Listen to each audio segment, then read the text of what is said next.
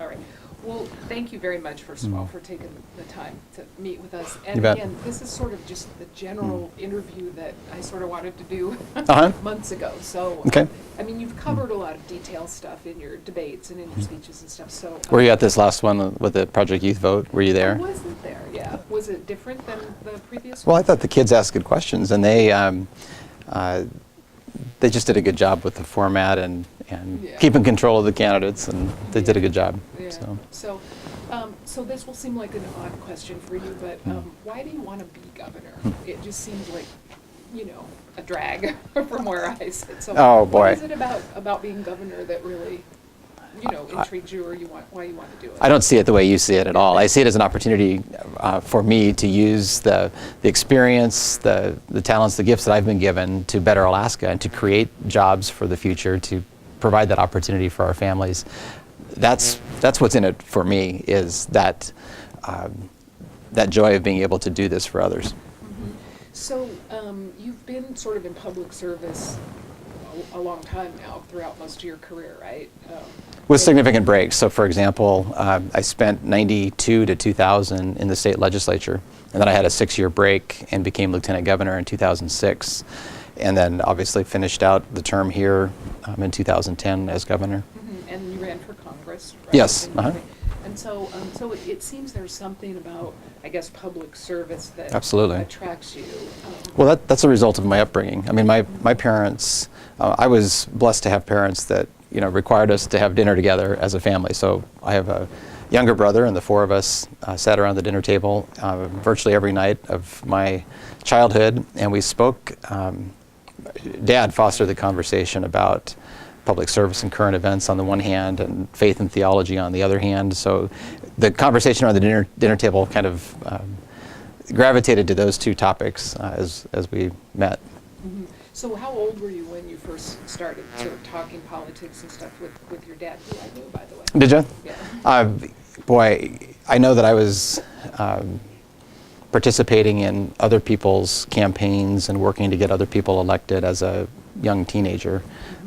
I licked envelopes for Ted Stevens when I was 16 years old. So my parents always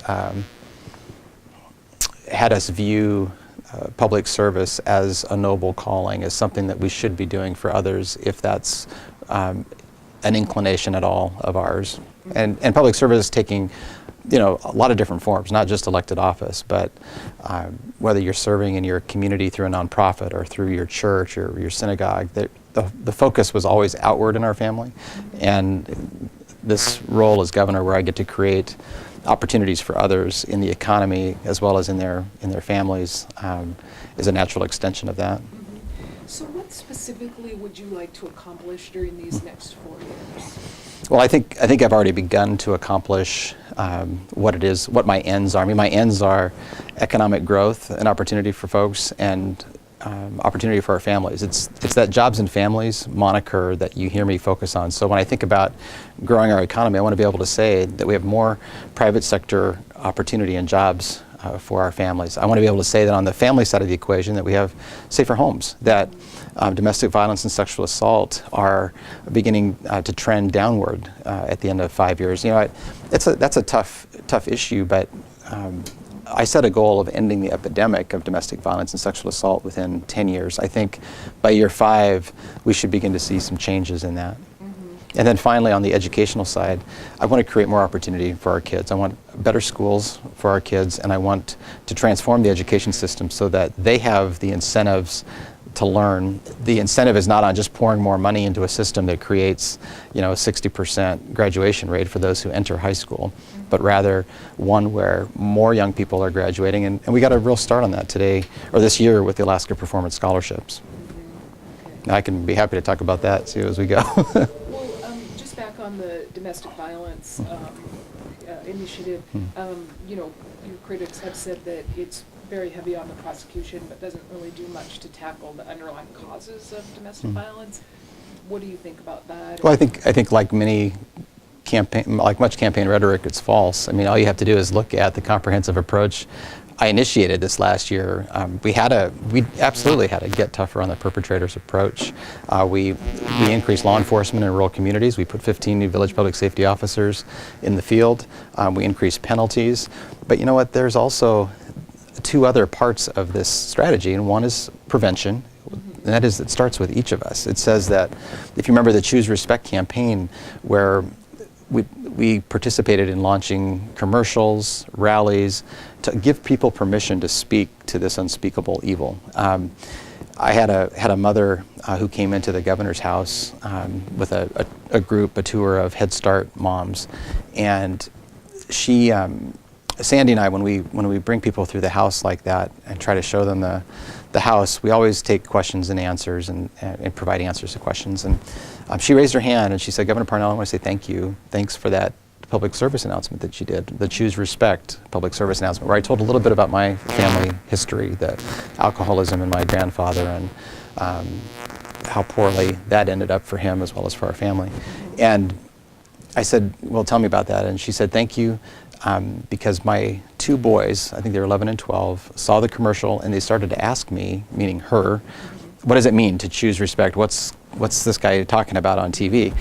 And she then got to tell them why they no longer live with their father, because he was abusive to her. And she said, "You know, Governor, you gave me permission to speak to them just because you put it out there and you had that willingness to do that." So then about a month later, I had another crowd of people coming through the house, and we were engaged in Q&A again.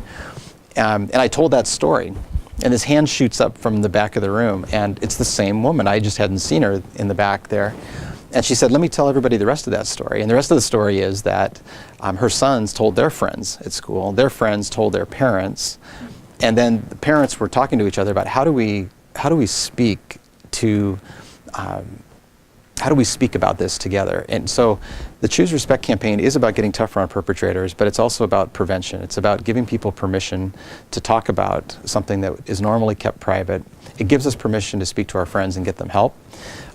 So getting tougher on perpetrators, prevention, but then the third leg of that stool, the comprehensive approach, has to do with getting better shelter services for the survivors, for the victims of domestic violence and sexual assault. We increased funding for that.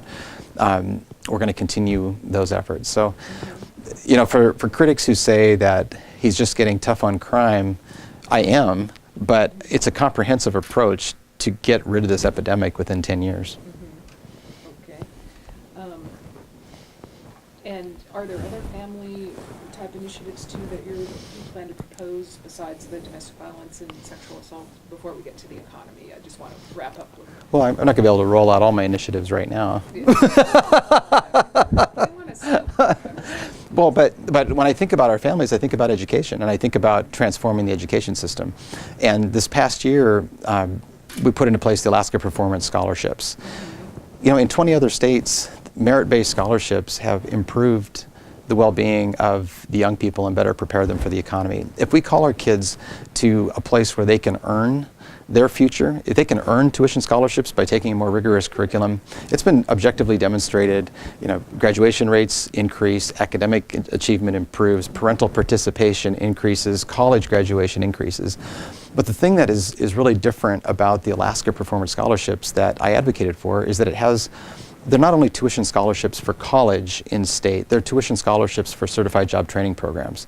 So if a young person takes a more rigorous curriculum during high school and they get good grades and a good test score, they can qualify for merit-based tuition scholarships to job training programs as well as to in-state universities. I think this one piece of legislation is something that will transform our workforce across the next 30 to 50 years. In fact, there's a gentleman who testified to the Alaska Performance Scholarships. His name was James Callier. That's Callier. He's a former university president in Louisiana. He spoke to how when these kinds of scholarships were implemented in Louisiana 19 years ago, Louisiana State University needed they had a lot of remedial coursework that was needed. They were very much like us, where 66% of the entering freshmen at the University of Alaska require remedial help. The same thing was true for what he said was LSU at the time. after these performance scholarships were put in place, those remedial courses were no longer needed. Across time, as more young people took more rigorous curriculum and got a better education in high school, you don't need the remedial coursework. It cuts costs for post-secondary education.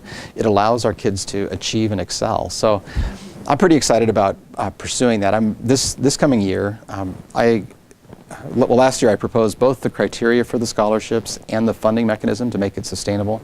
I intend to again pursue a funding mechanism where we set aside about $400 million of our savings account into another savings account, and then we live off the interest and earnings of that, so that it's a sustainable way of funding these scholarships. And if we do that, we're going to have that $400 million 30, 40 years from now.